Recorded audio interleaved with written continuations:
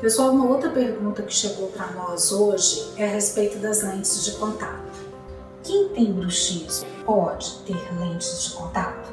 Se esse bruxismo está sendo tratado, pode sim o paciente fazer uso da lente de contato. Esse bruxismo não pode ser intenso. Você precisa ter uma avaliação muito boa com relação à intensidade do seu bruxismo, ter um controle desse bruxismo para que essa lente de contato tenha a maior longevidade possível, que essa lente de contato dure por muito tempo.